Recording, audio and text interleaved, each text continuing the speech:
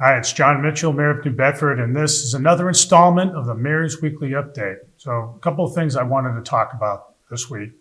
One of them has to do with new federal housing funding that the city received last year. It's loosely called Home ARP. The federal government has acronyms for just about everything, as we know, but it's a slug of money that can be used to help people find attainable housing. And that's so important these days, given just how expensive housing has gotten across the board. So what we're going to be doing with the money, and this was after a number of public hearings and a great deal of public input, is to put it in a few really key areas. The first is to help build new housing. They use the subsidy. It can be used as a subsidy for new housing developments, especially for multifamily housing in particular, for those in need, permanent housing. So that's, the more that we can get, the better. That's a good use for the funds. The total funds are about $3 million, and the biggest piece of that will be for permanent housing. The second thing is to help with domestic violence, women in particular who need housing assistance. For transitional purposes and for protective purposes, will have a greater opportunity by virtue of the fact that these funds, a significant portion of these funds, will go to help the Women's Center in its effort to house women who have been domestic violence victims. And that's these days, of course, especially coming out of the pandemic, domestic violence has only become a more pressing problem.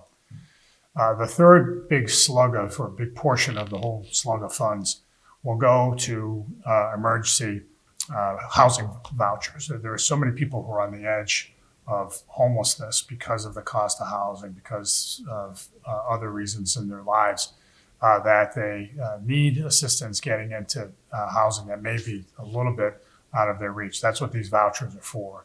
And so I think this is going to help us again. Just some people just need it just to make sure they can transition from one stable housing situation to another.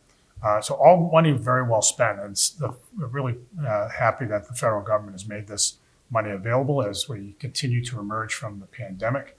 There are still a lot of folks in need, and housing is an area where we, like really virtually every city in the United States, has some acute needs. The other thing I just want to say is, if you think that in the case of the emergency vouchers that you may need one, or you have a loved one who may need one, they should just go ahead and call the city's Office of Housing and Community Development. They can point you to the right place. A lot of those vouchers are passed through a number of the service providers in the city, including PACE and Catholic Social Services. So we want to make sure that everybody knows that this help is available to them.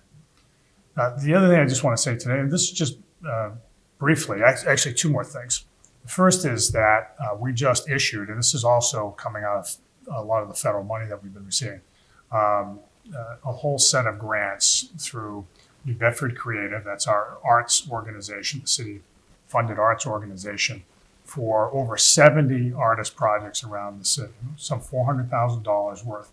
And what these will do is just, the money's not big for any individual artist, but it's big enough, $3,000 or $4,000 or $5,000 a piece. But what that'll go to is helping them create great art. And it's not just for the sake of art. These are all small businesses.